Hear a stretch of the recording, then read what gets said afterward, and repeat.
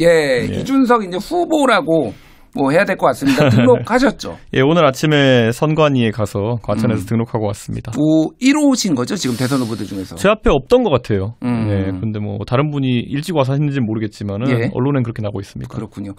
탄핵 심판이 진행되는 과정에서도 사실은 대선 출마를 공식적으로 선언을 하셨고 여러모로 그거는 이제 탄핵이 될 거라는 거를 확신을 했다 이런 얘기들이 좀 있더라고요.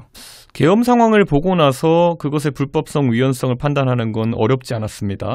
그래서 많은 국민들이 탄핵을 확신했을 것이고 다만 중간에 이제 좀 선동가들이 이것이 뭐 자기들이 헌재 정보를 알고 있다느니 이러면서 혼란이 좀 있긴 했는데요. 상식선에서 판단한 겁니다. 저는 그래서 정치하면서 항상 어떤 정보보다는 제 상식에 의존한 판단을 많이 하려고 합니다. 네, 알겠습니다. 윤석열 대통령 탄핵이 이제 지난 금요일에 인용이 됐는데 의원님께서는 좀 복잡한 심정이었을 것 같아요. 일단은 윤석열 대통령 후보를 대통령으로 만드는데도 여러 당대표로서 여러 힘을 썼고 또 윤석열 대통령이 되자마자 얼마 안 있어서 쫓겨났잖아요. 좀 어떤 심정이셨습니까? 그러니까 윤석열 대통령이 정권 자체를 배은방덕으로 시작했기 때문에 뭐 이런 상황이 발생하지 않았을까 싶은 겁니다. 사실 윤석열 대통령의 당선을 생각해보면 그때까지는 보수 정당에 관심을 갖지 않던 젊은 세대가 대거 유입되면서 사실상 연합정권 성격의 그런 정권을 만든 것인데 바로 한 축을 자기가 앉아있는 의자다리를 자기가 잘라버린 거죠. 그러니까 정치적으로도 멍청한 행보이고 자기 자신을 옥죄하는 그런 행보였다. 이렇게 봐야 되는 거고 주변에 간신배가 들끓었죠. 소위 윤핵관이라 하는 사람부터 해서 나중 극우 인사들까지 그리고 최종적으로 확인된 거는 나중엔 거의 유튜버들에 절어져 있었다라는 생각까지 할 정도로 황당한 상황이었죠. 그래서 저는 윤석열 대통령이 지금도 어떤 생각일지 모르겠지만 좀 자기 반성적 행보를 했으면 좋겠다 그런 생각입니다. 알겠습니다. 자, 그런데 어쨌든 윤석열 대통령을 만드는 데 일조를 했고 예. 그거에 대해서 뭐 좀 불편한 질문 드리겠습니다. 이준석 의원이 개고기 판 거 아니냐 이런 얘기도 하더라고요. 오늘 안철수 후보가 대선 출마를 하는데 윤석열 정권을 만든 데에 대해서 나는 사과한다 이런 얘기도 했거든요. 혹시 후보님은 뭐 사과할 의향이 있으십니까? 안철수 의원은요 본인의 희망에 따라 단일화를 한 겁니다. 그렇기 때문에 본인의 선택에 대해서 이야기할 수 있지만 저는 제가 먼저 당대표로 선출되고 그다음에 당원들이 선거를 통해 가지고 후보를 만든 겁니다. 거기서 제가 할 수 있는 선택은 후보를 보자마자 이 사람이 까면 안 됩니다 하고 제가 그만두든지 아니면은 어쨌든 당 대표로서의 책무를 하든지였거든요. 그건 다 기억하실 겁니다. 저는 책무를 하기로 했고 책무를 하는 과정에서 이 사람을 고쳐 쓰려고 굉장히 노력 많이 했던 겁니다. 그 당시에는 많은 분들이 저한테 너는 왜 그렇게 모질게 그 후보한테 계속 얘기하냐. 너는 왜 후보한테 계속 이것저것 고치라 그래가지고 후보랑 틀어져가지고 어떤 분은 가출이라 표현하기도 했어요. 저한테 굉장히 모욕적이었죠. 저는 이 정치 초보이면서 굉장히 성격이 좀 괴팍한 후보를 어떻게든 바로잡아가지고 고쳐보려고 했던 건데 그거를 이제 가출이라고 비하적 표현했으니까요. 네. 저는 제 입장에 최선을 다했고 그 결과론적으로 제가 여기에 대해 가지고 사과를 하는 것은 좀 어렵다 이렇게 말씀드리지만은 어쨌든 정치인의 한 사람으로서 대한민국 정치가 이렇게 혼란스러운 것에 대해서는 당연히 죄송하게 생각해야죠. 알겠습니다. 그러니까 뭐 이제 지금은 국민의힘 소속은 아니지만은 이제 크게 이제 보수 정당에 있었던 분으로서 조금 뭐 여쭤보면은 왜 국민의힘 보수 정당은 계속 용병을 쓰는 것인가 소위 말하는 왜 스스로 대통령 후보를 만들어내지 못하고 계속 외부의 인사를 들여가지고 대선 후보를 만드는 것인가에 대해서 조금 우려 섞인 목소리, 비판의 목소리도 있거든요. 왜 그렇게 윤석열이라는 사람을 꼭 들여서 했어야 됐나? 어떻게 보십니까? 대통령 정도 되는 사람 만들려 그러면 서사를 구축해야 되거든요, 정치인이. 근데 국민의힘의 정치인들이 서사를 만들려면 도전을 해야 됩니다. 어려운 곳에 선거를 뛰려고 한다든지 뭐 그런 아니면 어려운 과제에 도전한다든지 이런 도전 서사가 있어야 되는데 서사가 없는 거죠. 안전지향적이고 오히려 도전하는 사람들 뒤에서 음해하고 이런 것들이 문화가 돼 있기 때문에 노무현 대통령 같은 도전을 하면은 조소당합니다. 저도 이번에 동탄에서 당선됐으니까 조금 평가가 달라진 거지. 제가 제 고향이었던 상계동에 3번씩 선거 어려운데 도전해가지고 뛸 때 저를 조소하기 바빴지 저를 응원하는 분위기는 전혀 없었어요. 저는 뭐 마삼중이다 이런 거 막 이제 갖다 붙이고 해가지고 조롱하는 분위기잖아요. 예. 그런 환경에서 누가 도전을 하고 서사를 만들겠습니다. 그러다 보니까 본인들에게 적밖에 없는 거예요. 그러니까 문재인 정권 시절에 우리의 적은 문재인. 근데 문재인을 가장 곤란하게 만든 사람이 누구냐? 윤석열. 이 조국 사태를 이제 다루면서 문재인이 곤란해졌다. 이런 아주 단편적인 사실들로 자기들만의 영웅을 만든 거죠. 예. 그러니까 저는 서사를 만드는 노력 자체가 없었기 때문에 서사도 급조된 거다 이런 생각을 하는 겁니다. 알겠습니다. 자, 이제 본격적으로 대선 얘기를 좀 해봐야 될 것 같아요. 네. 지금 우리나라 대선의 역사상 제3정당의 후보가 당선된 적은 대통령으로 당선된 적은 한 번도 없습니다. 뭐 총선이야 이제 이준석 의원 케이스도 있고 여러 케이스가 있지만은 지금 상황을 좀 어떻게 보고 있는지 좀 궁금해요. 저는 어느 때보다도 이제 더 이상 법조인 정치는 안 된다라는 생각을 국민들이 할 거라 생각합니다. 이게 법조인 출신들, 법률가들 뽑아놓으면은 할 줄 아는 게 결국 다른 사람 어떻게 하면 감옥에 넣을까, 어떻게 하면 방탄할까 이런 것밖에 없는 겁니다. 예. 공교롭게도 윤석열, 이재명 두 분이 법조인 출신이고 지금도 보면은 국민의힘도 대표, 원내대표 다 법조인 출신이고 이런 일들이 반복되고 있습니다. 예. 그렇기 때문에 법이라는 거는 원래 과거를 보는 겁니다. 과거에 했던 일에 대해 가지고 선악을 이제 계속 이야기하는 것이고 저는 미래지향적인 정치를 할 때가 됐다. 이제 과학기술이나 이런 면에 대해서 미래를 이야기하고 저 같은 과학을 전공한 사람은 가설을 세우고 그걸 검증하는 것을 정치로 보는 겁니다. 이렇게 예. 하면 좋겠다. 이렇게 하면 잘 되겠다 해놓고 그걸 논리적으로 시나리오를 세워가지고 결과를 가지고 국민들한테 이야기하는 정치인이거든요. 제가 지난 대선 때 아니면 지방선거 때 보면은 제시하는 것들 예를 들어 뭐 능력주의라든지 아니면 그 다음에 세대 포이론이라고 얘기했지만 결국 세대 연합을 이제 하려고 했던 거죠. 이런 것들은 제가 가설 세워가지고 제가 성과를 낸 거거든요. 저는 그런 정치가 앞으로 이루어져야 된다 생각합니다. 그렇군요. 법조인 얘기를 하셨는데 사실 이제 법조인 출신 대통령의 대표적인 사람이 이제 노무현 대통령. 예. 그리고 문재인 대통령 뭐 이런 분들도 있는데 뭐 그거에 대한 평가는 다양하겠지만은 비법조인으로서 박근혜 대통령이나 이명박 대통령도 있었잖아요. 뭐 김대중 대통령도 예. 있었고. 그러니까 이게 법조인의 문제냐 꼭 그런 생각은 들거든요. 이명박 대통령만 해도요. 결국 우리가 이명박 대통령의 부패 혐의에 대해 가지고는 굉장히 부정적으로 판단해야 되지만 결국에는 그래도 성공한 비즈니스맨으로서 외교나 이런 측면에서는 지금 사후적인 평가로는 상당히 대한민국의 대통령 중에서 세일즈나 이런 거 잘했다는 평가를 받는 거고요.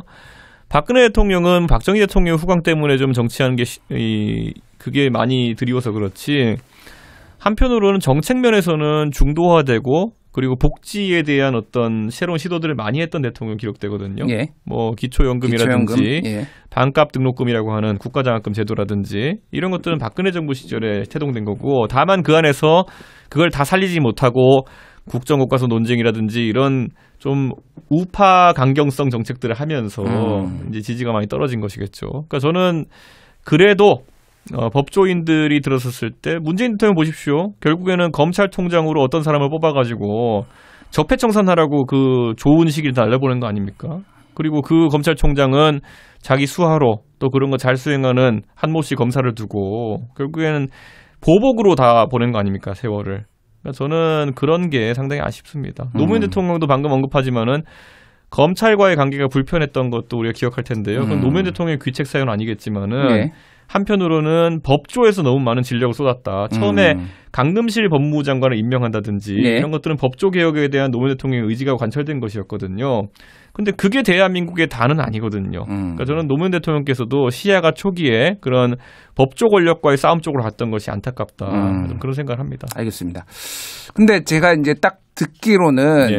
이 법조인 출신은 안 된다라고 하니까 특정인들이 딱딱딱 제 머릿속에 좀 떠올라서 예를 들면 한동훈 전 대표라든지 홍준표 시장, 검사 출신의 홍준표 시장이라든지 아니면은 뭐 이재명 대표도 이제 변호사고 네. 그래서 본인과 경쟁 상대인 사람들을 지금 다 저격한 거 아니냐 약간 이런 생각이 들어요. 뭐 홍준표 시장이나 오세훈 시장만 해도요. 이분들은 정치인으로서의 경력, 행정가로서의 경력이 이미 그 검사나 변호사로서의 경력보다 훨씬 깁니다. 몇 예. 배는 될 겁니다. 그렇기 때문에 그분들은 뭐 소위 말하는 법조인으로 불리기는 어렵고요.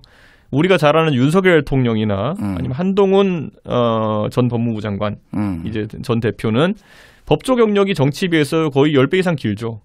그렇기 때문에 조금 문제가 다르다 이렇게 말씀드립니다. 그리고 뭐 안철수 의원 같은 경우에도 비법조인 출신으로서 요즘 대선 후보로 이야기되고 있고 유승민 의원도 경제학자 출신으로서 이야기되고 있는데 다양성은 좋은 겁니다. 지금까지는 너무 법조인들이 들어와가지고 누굴 감옥에 보내고 나는 감옥에 안 가고 이것만 다루다가 대한민국이 허송세월했습니다. 예, 알겠습니다.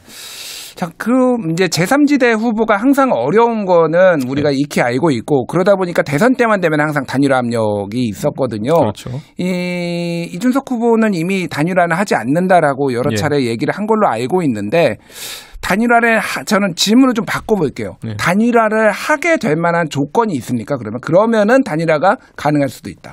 없습니다. 없어요. 이게 흔히들 이준석이 왜 기성 정치권에서 뭐 싸가지 없다 이런 소리를 하느냐 이렇게 얘기하면요. 그들이 얘기하는 대세론적 그런 도식을 안 따라서 그래요. 예. 제가 뭐 저한테 막 당에서 내쫓으려고 이렇게 국민의힘에서 했을 때 네가 조금만 참으면은 뭐 이렇게 해서 뭐 기회가 오지 않겠냐 이런 가스라이팅 저는 안 믿거든요. 예. 대부분 그런 가스라이팅 믿으면 나중에 그냥 정치 그만두게 되는 케이스가 많아요. 왜냐?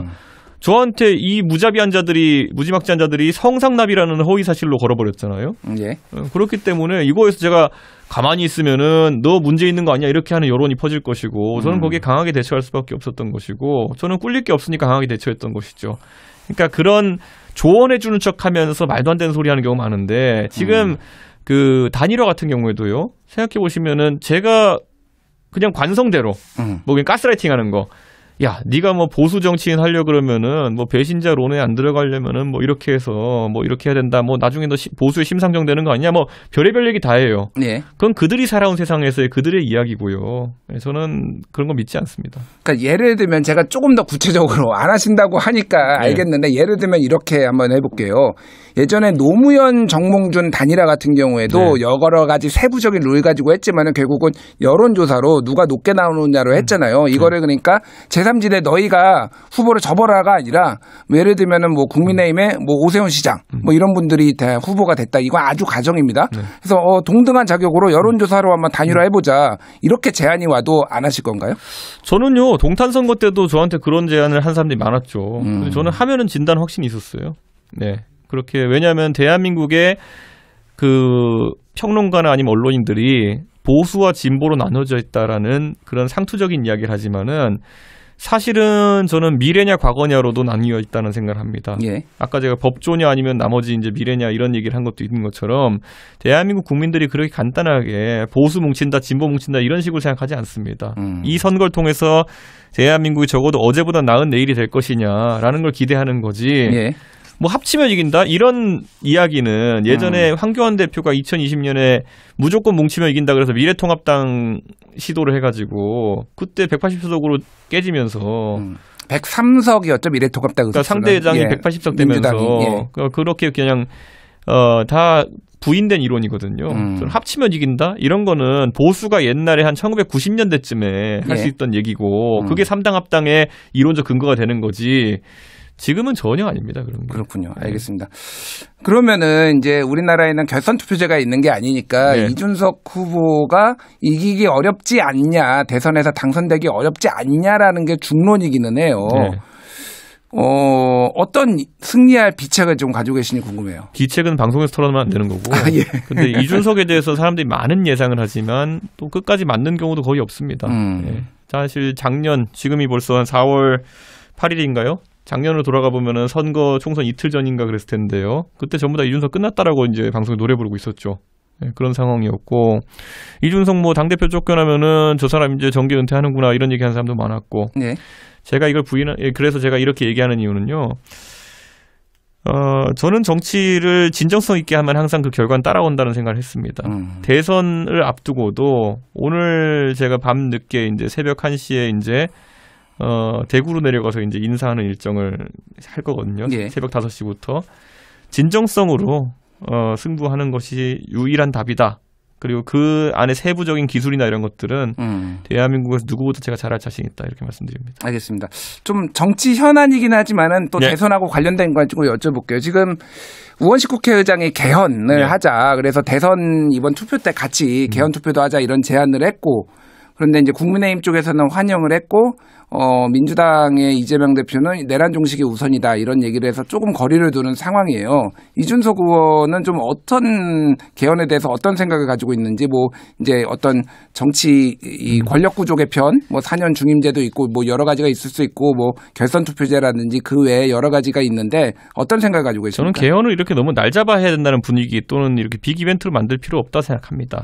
사실 개헌이라는 것이 우리나라는 개헌이라는 좀 무거운 용어를 쓰잖아요. 근데 우리가 미국 정치를 보면은 헌법 수정이란 말을 씁니다. 수정. 예. 그래서 수정 헌법 몇 조 이렇게 이제 얘기하잖아요. 어멘드먼트라고 이렇게 해서 이제 하는데 저는 우리나라의 헌법이라는 것이 만고불변의 그런 어떤 법 체계도 아니고 필요할 때마다 바꾸는 그런 수정이 빈번한 형태의 헌법이었으면 좋겠다라는 생각합니다. 연성 헌법을 좀 말씀하시는 거죠? 그렇죠. 우리가 87년 개헌이라는 것이 너무나도 의미 있는 직선제 개헌이었기 때문에 이걸 신주단지처럼 이제 가져가야 된다라는 인식이 있어서 왠지 이번에 개헌하면 이제 이걸 7공화국이라 불러야 되느냐 이런 생각을 할 정도로 또 무겁게 생각하는 경우가 있는데요.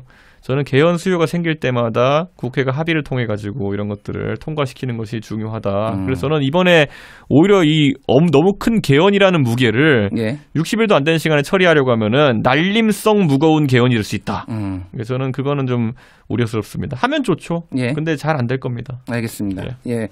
오늘 그 한덕수 국무총리 대통령 권한대행이 마은혁 재판관, 국회가 추천한 마은혁 재판관을 임명을 하면서 또 2명의 대통령목 4월 18일에 이제 퇴임하는 문영배 재판관 2명에 대해서 지금 임명을 근데 이완규 법제처장이 들어가 있더라고요. 그래서 지금 굉장히 논란인데 그건 어떻게 보셨습니까? 저는 굉장히 부정적으로 보고요.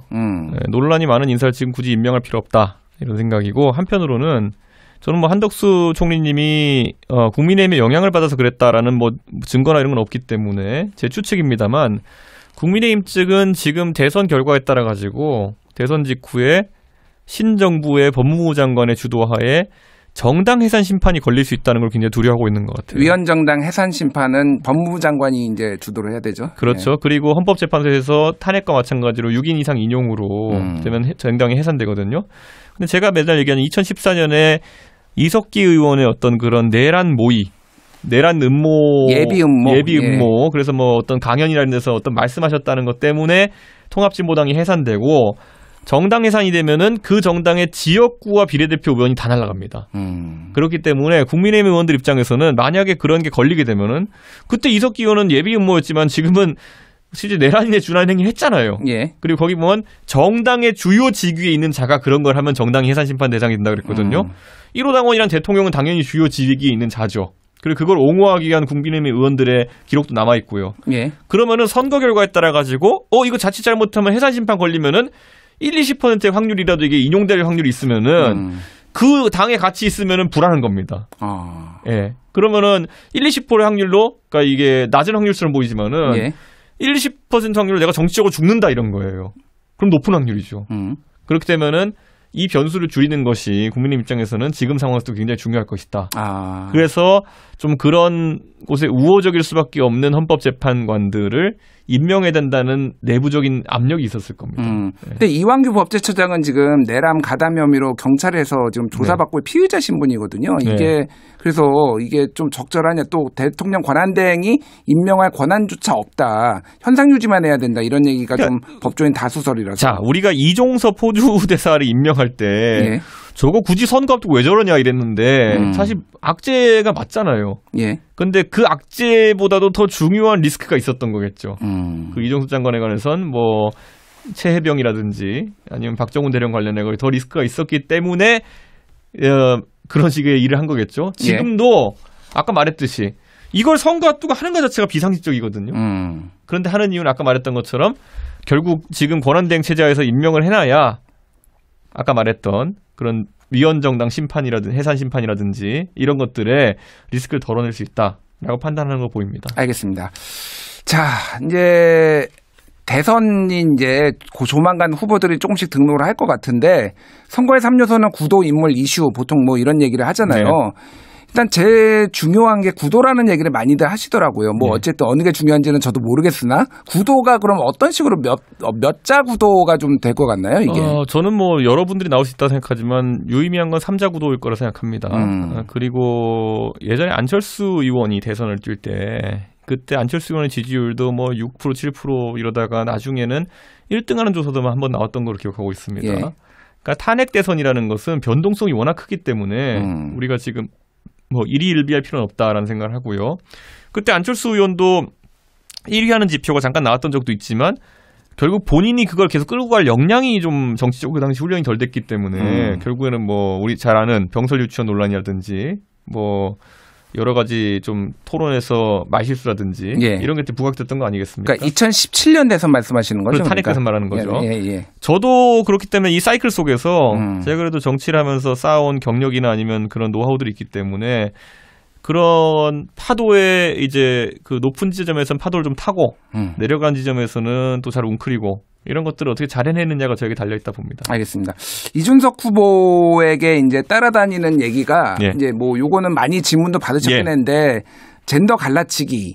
세대 갈라치기 이런 거를 주 전략으로 쓰는 거 아니냐 이런 비판들이 예전에 당대표 할 때부터 있었고 뭐 지금도 좀 있는 것 같습니다. 이거는 좀 어떻게 생각을 하십니까? 이제는 이런 관성에서 그냥 관성에서 이런 걸 뭐 갖다 붙인다 낙인 찍는다고 해가지고 우리 유권자들이 이걸 그대로 받아들이시면 안 되는 게 이준석이 예를 들어 노인 갈라치기 한다 얘기하는 이유가 예전에 서울 지하철에 대해 가지고 무임승차 조정해야 되는 거 아니냐 얘기했던 것들 이런 것들일 테고 젠더 이슈 같은 경우에도 사실 문재인 정부 때 극심했어요. 그런데 그런 것들에 대해서 그것에 대한 다른 얘기를 했다는 이유 때문에 그렇게 가는 건데요. 젊은 세대는 알잖아요. 젊은 세대는 지금 그 젠더 갈등이라는 것이 오히려 2017년 18년 때 극대화됐던 것이고 거기에 대해 이준석이 하는 말이 이렇다 하니까 거기에 대해서 이제 다른 여론이 생기는 거잖아요. 전장현 문제 같은 경우에도 처음엔 장애인 혐오니 뭐 이랬는데 그게 아니라 전장현이 과도한 요구를 하고 있고 저거는 문명적인 방법이 아니다는 제 지적이 옳았다는 것이 이제 드러나고 있는 거거든요. 저는 이런 프레임 씌우기나 이런 것들에 대해서 의연하게 대처합니다.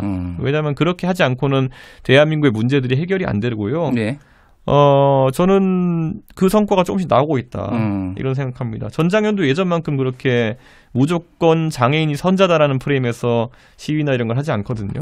그리고 젠더 이슈 같은 경우에도 옛날에는 정치권에서 무조건 한쪽 성별에 유리한 방향으로 다루다가 이제는 그러지 않는 것처럼 저는 제가 그런 사회 진보를 이끌 책무가 정치인으로 수 있다 생각합니다. 알겠습니다.